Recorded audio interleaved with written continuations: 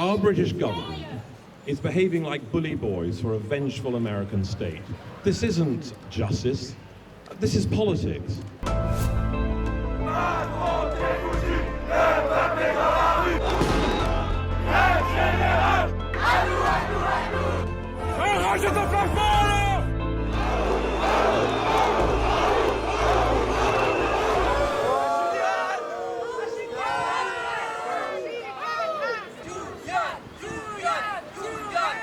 Alors là, on assiste au pré-enregistrement, c'est-à-dire que vous êtes ceux qui gèrent votre prénom, c'est ça va bien.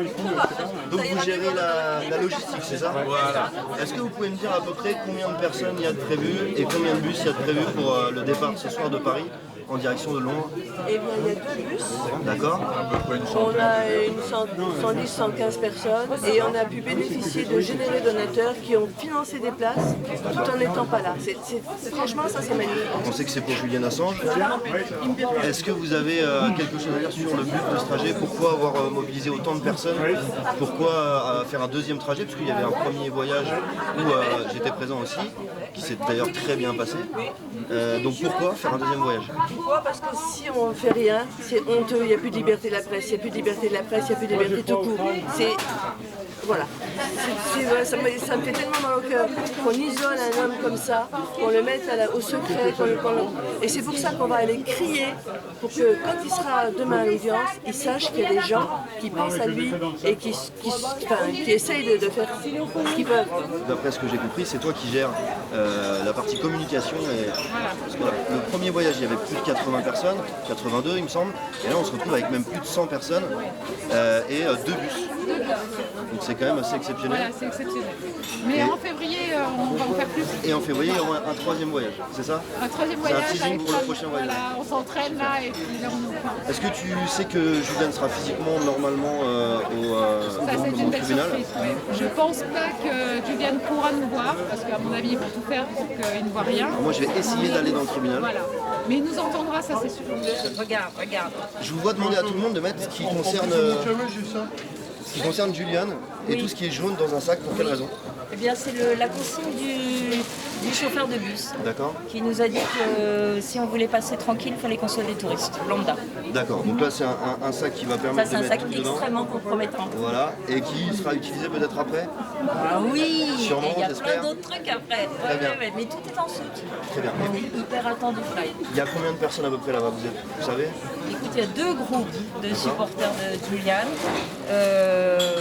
À mon avis, ils seront 200 là-bas. D'accord. 200 plus les 110, 115 personnes qui prennent les bus de Paris, ça fait une belle mobilisation. Ça va être beau.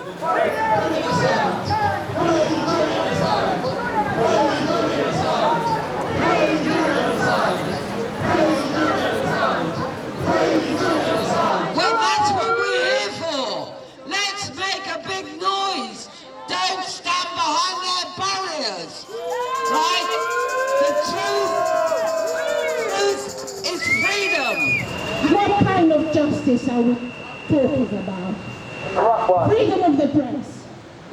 I urge you, do not stand by.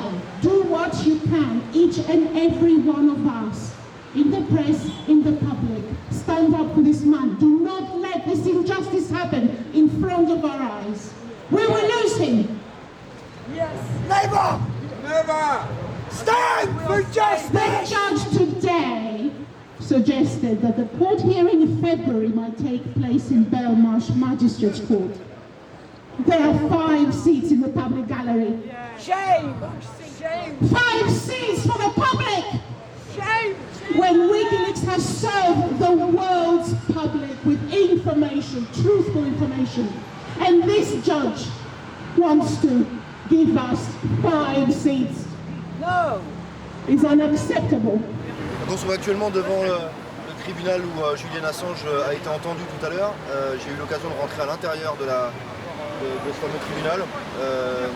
La juge était plutôt très stressée, a mis tout le monde au courant dès le départ qu'il ne fallait pas faire de bruit parce que c'était un dossier très compliqué pour elle. Elle a terminé d'ailleurs en disant qu'elle n'avait pas les compétences requises pour déterminer les conditions de détention de Julian Assange, qui est reparti directement en prison. Donc c'est une audience qui a été plutôt rapide, si on considère le fait que Julian est resté à peu près 1 heure à l'intérieur de la salle. La sortie de Julian a pu être captée par les manifestants qui étaient autour. Et comme à l'intérieur on n'entendait pas les manifestants, Julian a pu au moins entendre les gens taper sur le camion. Et je dois dire que ça s'est très bien passé parce que les forces de l'ordre qui entouraient le camion n'ont pas été violents ni agressifs avec les manifestants qui étaient autour, et en retour non plus, les manifestants n'ont pas été agressifs ou ont tenté du moins d'essayer de pousser les policiers. On se retrouve là avec des manifestants qui sont en train de prendre un café, discuter et parler de ce qui vient de se passer. Les actions sont prévues tout à l'heure. Je n'ai pas encore la nature des actions qui vont être faites, mais en attendant, voilà, tout va continuer tout à l'heure et on sera là pour couvrir l'événement. We will not accept this complete fraud of an investigation, a trial on trumped-up charges. 175 years on espionage for committing the crime of journalism. A rotten, filthy, corrupt system which is seeking to railroad an innocent man into jail. As his solicitors have pointed out, and Christian has just said, the whole thing is a grotesque absurdity. I mean, there is an extradition law between this country and the United States, and it states specifically someone cannot be extradited if the offences are political. And the offences are political in law. It's not a bit of agitprop. It's not an opinion, they are political. One charge is based on the 1917 Espionage Act, which was used to jail conscientious objectors during the First World War in the United States. It's political. This is one of the arguments that Julian's lawyers presented to the court today in their request for extension. We now know, through investigations in Spain, that the CIA was basically spying on Julian's lawyers in the embassy through a contractual agreement with a Spanish company who oversaw security at the embassy. Julian said himself, the superpower has had 10 years to prepare the case, and for the last 6 months he's been sitting in Belmarsh prison without any access to documents. He still was not able to have a contact to his lawyer in the US. It was argued today that an extension should be given. There was not sufficient time. The judge turned it down. It's depressing to see my friend in the state he is. When he stood up there and said, please can I have some justice? I can't think. It's so shameful in this country, which is talking about media freedom all the time. But they forget the fact that a journalist, a publisher, is sitting in maximum security prison and he can't think. It's shameful. This isn't justice. This is politics. It was very depressing to see Julian.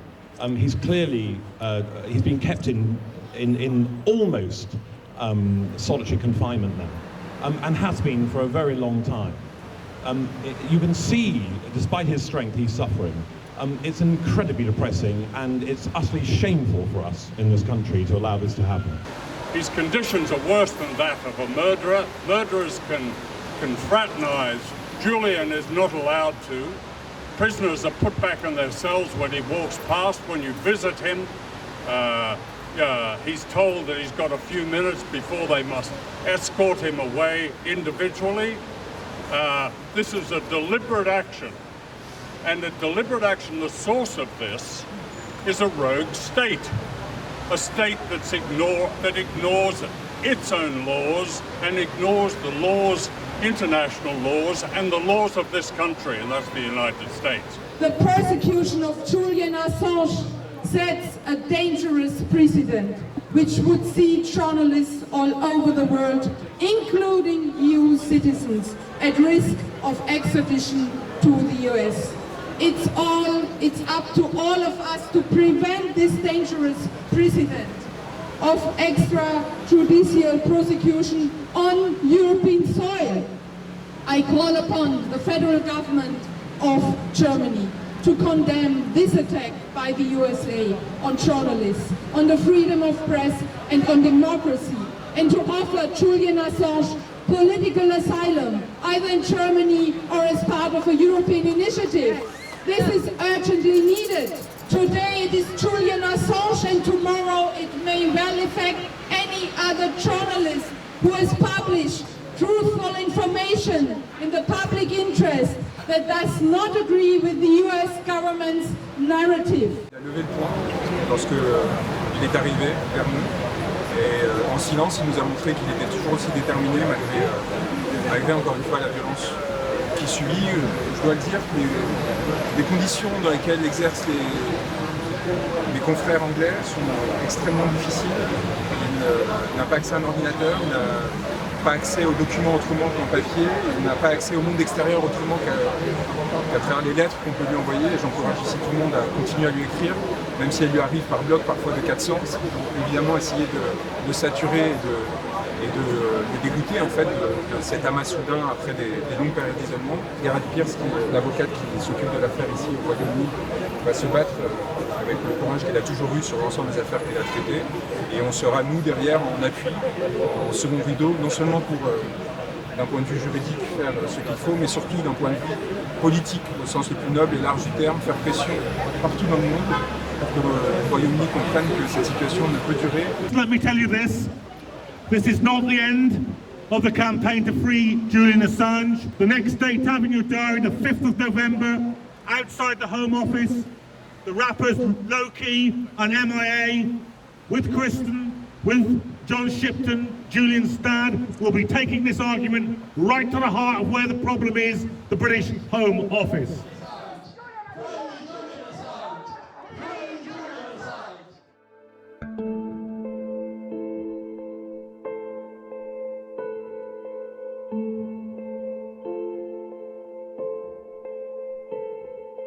Thank you.